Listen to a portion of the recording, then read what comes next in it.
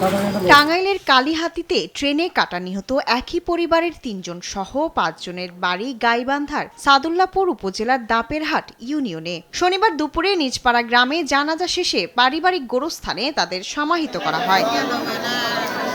এ ঘটনায় গাইবান্ধার দাপেরহাট এলাকায় শোকের ছায়া নেমে এসেছে।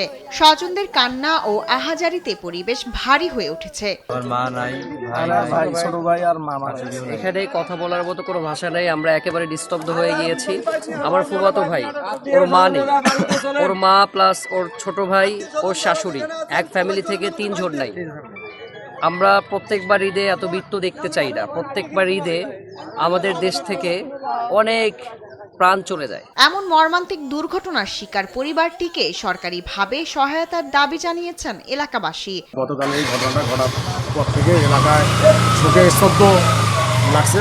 তো এখন আমাদের অলরেডি আমরা জেলা প্রশাসন উপজেলা প্রশাসনকে অবগত করছি। আমরা ঘটনাস্থলে আসছি, আমাদের ত্রাণ কর্মকর্তা সাউদ ভাই এখানে আসছে। আমরা নিহত পরিবারের খোঁজখবর নিলাম। নিহতদের স্বজনরা জানান, শুক্রবার সকালে নার্গিস তার ছেলে নীরব সহ নিজপাড়া থেকে মাদারহাটে যান। সেখান থেকে একটি রিজার্ভ বাসে করে রাত 10টার দিকে ঢাকার উদ্দেশ্যে রওনা দেন।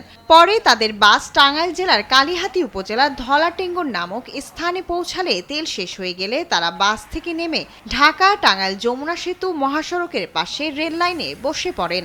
এ সময় সিরাজগঞ্জ এক্সপ্রেস ট্রেনের নিচে কাটা পড়ে ঘটনাস্থলেই তাদের মৃত্যু হয়। শায়লা খান, নিউজ ডেস্ক, দেশ টিভি।